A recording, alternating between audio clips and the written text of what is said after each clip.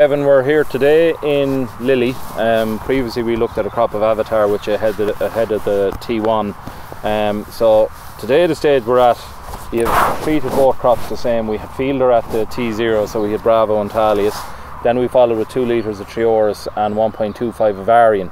The Varian was particularly chosen for the Avatar because it has Talius in it, and Avatar is so mildew prone. But it's based on Prochloraz and Folicure, which is given through our trials excellent control of Septoria. So we just use a broad spectrum on all the crops. There's actually good value as well. We ploughed the ground, then we pressed it, and then we sowed into it.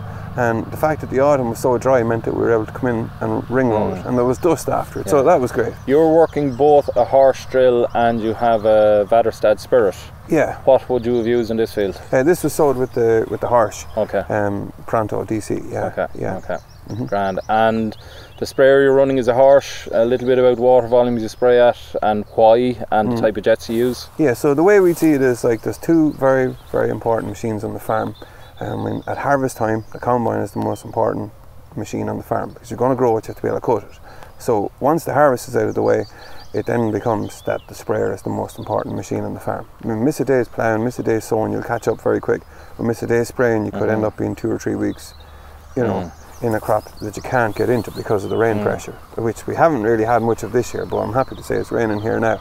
So we looked at a lot of sprayers, spent a lot of time. I'm spraying since I'm 14. So I'm fairly passionate about spraying and all that goes with it.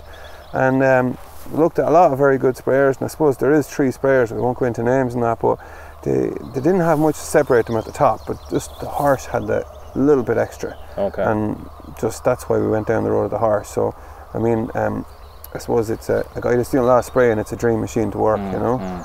So, like, the technology that's on it, it's a few steps up on its nearest competitor. So really we're on a 30-metre boom, and I suppose going where we are now, like with the liquid fertiliser, I think we'll go 36 metres when we make that change. Okay. And before, like being tied to granular fertiliser, I wouldn't have been able to do that, but moving the 36 will change the thing in future. But we're a good few years away from that, so no need to panic on that for the moment. What application rate in litres per hectare are you running on feed? Okay, so the tank holds just over 6,000 litres, so it means gives you a good bit of flexibility. So I mean, we would work off of, you know, rates. We have sprayed Roundup or glyphosate at 100 litres a hectare, but the water rates that we use vary.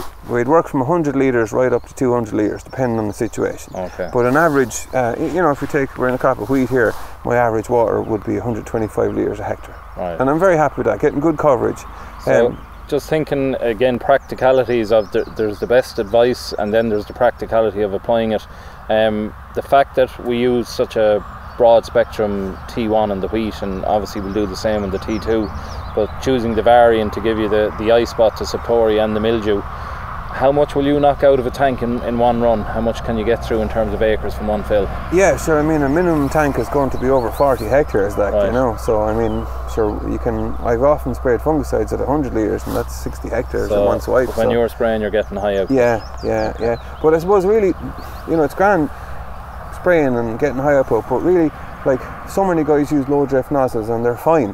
But my strategy is based around a flat fan, you know. So I'll have like an O3 flat fan on the sprayer, and I'll have an O3 low drift as well. So if we're out here and it gets a bit windy, I just push a button and it's 60 nozzles are just changed to a low drift. But really I'm looking to get a fine spray on, and with the T2 and T3s we won't spray in the middle of the day because of the stress it would cause the crop. So really, you know, we have the right chemicals, we have the right tools, but it's a matter of pacing yourself and not being out applying the chemical in the wrong conditions.